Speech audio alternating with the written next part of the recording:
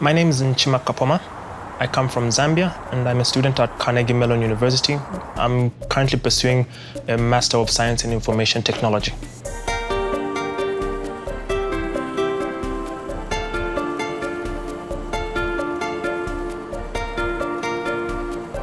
I am a developer. I write computer programs about 7-8 hours a day. The quality of the education at this specific university, Carnegie Mellon University, is top-notch. You won't get any other education like this in any region, pretty much in Africa. Probably top 5 in Africa, across computer science, top 6 in the world.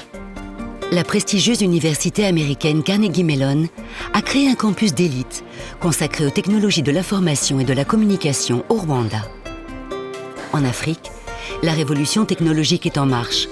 Et pour la soutenir, cela implique de transformer l'enseignement supérieur. Telle est l'ambition de ce campus, qui associe pour la première fois en Afrique un gouvernement, une université américaine et la Banque africaine de développement qui soutient ce projet d'enseignement supérieur à hauteur de 10 millions d'euros. Cette école ici au Rwanda s'appelle Carnegie Mellon University Africa, indiquant très clairement la panafricanité de cet enseignement que nous offrons ici. Nous avons 17 nationalités et oui, la volonté est vraiment d'avoir cette internationalité parce que dans un milieu d'enseignement comme le nôtre, la diversité des populations apporte une richesse incroyable dans les discussions, dans nos cours sont très interactifs et dans les projets en commun quand les étudiants travaillent en groupe. What matters is the fact that we've got the best and smartest researchers in Africa, and I get to work with Rwandans, with Kenyans, with Tanzanians, people from all across Africa. I decided to come to Carnegie Mellon for my master's degree because it's one of the highest ranked universities in the world. If it didn't exist here in Rwanda, I would probably be in France or the UK right now. On aurait pu envoyer les étudiants à Pittsburgh et puis les ramener ici, mais l'expérience montre qu'ils ne reviennent pas. Notre objectif à nous, c'est de les former ici, et étant ici, ils sont imprégnés de la culture locale, des problèmes locaux, ils font des stages dans les industries locales, ce qui fait que quand ils sont terminés, ils sont prêts pour cet environnement-ci. D'ailleurs, tous nos étudiants restent en Afrique. Nous stoppons le brain drain, ça c'est quelque chose de très important. Les débouchés professionnels pour ces étudiants sont divers. Certains travaillent dans le secteur financier, les administrations publiques ou les sociétés d'informatique. D'autres dans l'agriculture ou encore les télécommunications. La demande est si forte que des étudiants sont même employés avant la fin de leur cursus. Certains d'entre eux créent leur propre entreprise. L'université a développé un incubateur d'innovation afin d'accompagner ces jeunes entrepreneurs dans leurs projets. Ça me fait chaud au cœur de voir mes étudiants qui ont sué devant moi pendant les cours, créer leur propre entreprise, répondre à des besoins de clients, créer de la valeur sur le marché.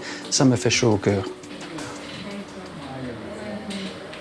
Victoria Munguti, ancienne étudiante kenyane de Carnegie Mellon, a créé avec ses amis, tous diplômés de l'université, une start-up qui connaît un essor remarquable.